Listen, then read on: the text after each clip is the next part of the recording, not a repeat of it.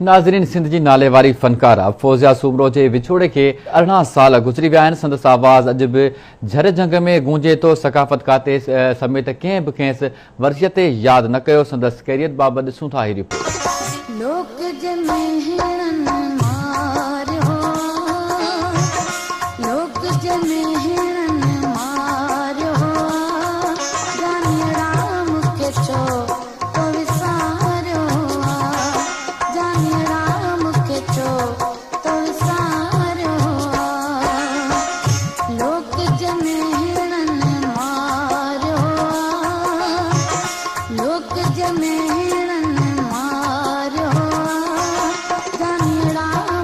फौजिया सूमरो 1966 में थर जे कन्नड़े अलग गुट खारो सर में अख खोली। संदसि असुल नालो हकीमा हो। फौजिया सूमरे के गायण विरसे में मिलियो हो। संदसि वाल्द नथू खान सूमरो हमद ऐं नात पढ़ंदो हो ऐं फौजिया के पंहिंजे वाल्द के ॾिसी गायण जो शौक़ जागी पियो। हिन 7 सालनि जी उमिरि में पाड़े जे साहेड़ियुनि सां गॾिजी ॻोठ जे शादियुनि मुरादियुनि में गायण जी शुरूआत कई।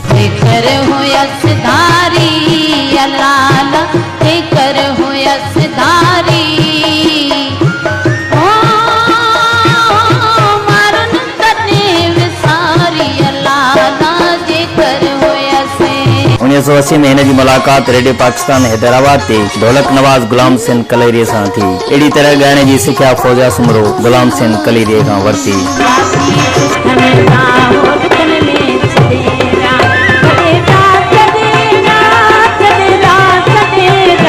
फौजिया सूमरो जिन कलामनि ज़रिए शोहरत माणी उन्हनि में जुदाई जे गम में गुज़ारे मथां हिकु त सम्झो न मूं ॿियो ॿुधायो न तो बेक़दुरा क़दुरु न कयड़ी को हाल मुंहिंजो पुछे मुंहिंजा ॻोड़ा उगे ही विछोड़ो मारे छॾींदो सुडकी सुडकी साह बि नींदो ऐं अले मुंहिंजा मारूड़ा समेत केतिरा ई कलाम।